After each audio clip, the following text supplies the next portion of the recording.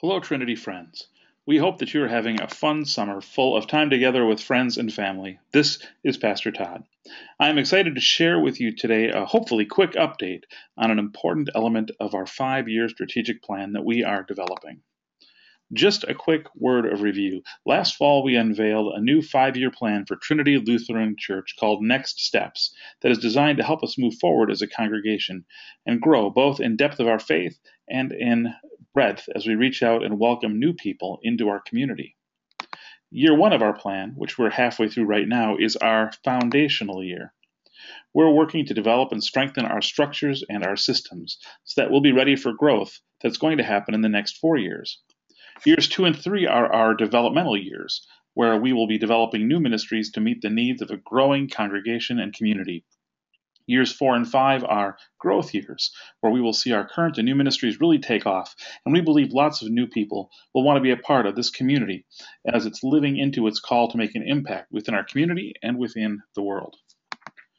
One of the really important elements of our first year, our developmental year, is for Trinity to streamline our congregational structure. We have 8 different strategies or goals for this first year, and streamlining our structure is a very important element in this. Really, there are 2 goals in making this happen.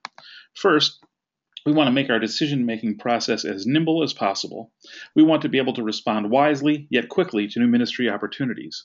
Second, we want to welcome as many new people as possible into our leadership, providing opportunities that really make use of people's gifts and passions. It's critical that as we prepare Trinity for growth, our systems are ready to accommodate that growth. As Trinity has grown over the years, we still have the same basic congregational leadership structure that was developed 27 years ago, even though the church and the way the world around us works has changed significantly. We think it's time for our structures to catch up and even help us seek God's will for Trinity in new and dynamic ways. The highest governing body for Trinity Lutheran Church is the congregation itself. Once a year, and then for other occasional special topics, we call congregational meetings, where as a congregation we can pray, talk about, and make decisions about the way that God is calling our congregation to be in the world. But in between these congregational meetings, it is our congregational council that continues to wrestle with and make decisions about important issues at Trinity. The council provides oversight to and monitors our mission and our vision. Our most recent committee structure, then, has had 11 standing commissions that all report to the Congregational Council. They include properties, stewardship, finance, personnel, outreach, youth education, family ministry, worship, music and the arts, caregiving, and faith formation. Each commission has provided oversight to their particular area of ministry. This structure has served Trinity well for many, many years, but as we look to the future, we now recognize a need for a system that can move a little quicker in its decision-making and is more engaging for our members and enables people in their own ministry. See, what happens now in a structure like the one we've had is that if a new ministry idea comes up, well, first we have to decide which commission it might fit under. Then the idea is presented at the next regularly scheduled meeting of that commission. The commission might approve that idea or might send it back to whoever brought it forward to have some questions answered. They might send it up to the church council for approval at their next month's meeting, or they might refer it to a different commission, or they could reject the idea altogether. And this whole process is kind of slow, bulky, and unwieldy. Well, the other problem that can sometimes surface is the relationship between commissions and the congregation staff. As Trinity staff has grown over the past few decades, sometimes there has been some confusion. Does a staff member work for their staff supervisor, or do they work for the commission? Who has oversight? Well, not often, but sometimes weird triangles develop that can damage or slow down good ministry. We want to create a system that serves Trinity's mission. Let me say that again because I think it's really important. We want to create a system that serves Trinity's mission. Our Congregational Council has approved a new structure that we believe is going to serve Trinity well as we grow into the future, and it's actually a pretty simple change.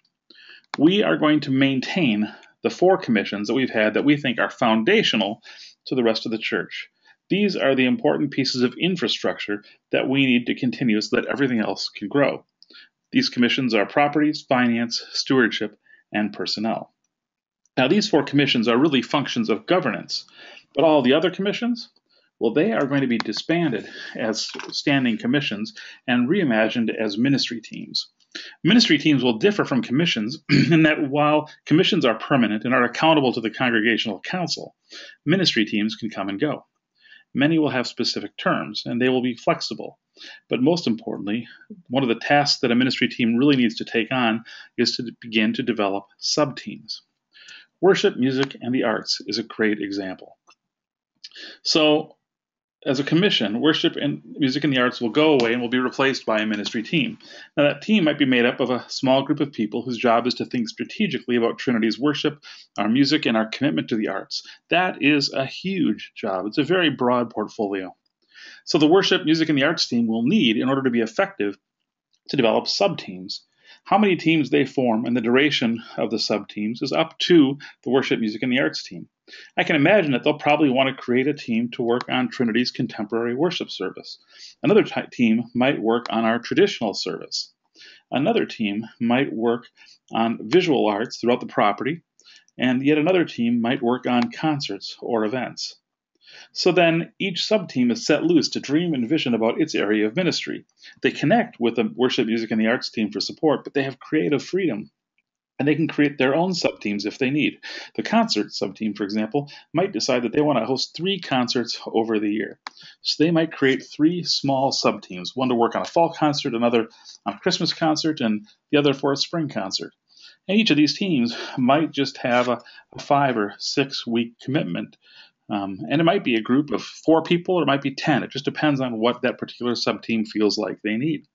Well, we believe this system will draw more people into leadership by connecting them with their interests and passions, and will give them a timeline for their commitment, which will make jumping into the team much more attractive. I know that I'm much more likely to say yes to something when I know that there is an end date and it's a manageable amount of time. So ministry teams will come and go, and we can be flexible in how they function. And we can create more teams and sub-teams as we need.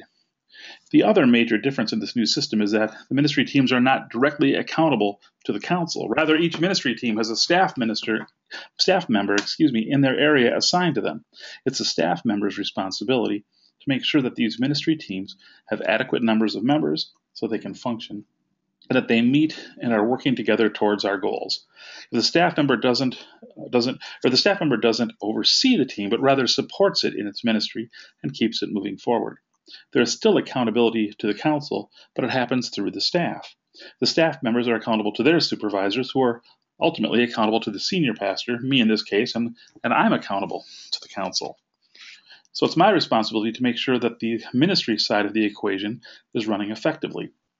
The role of the council is to evaluate the mission, set goals, and to work through these 4 commissions to make sure the resources that they need are in place, so that the ministry side of the equation, these teams, can do their work. So there are a lot of similarities to our current system, but a lot that's new as well.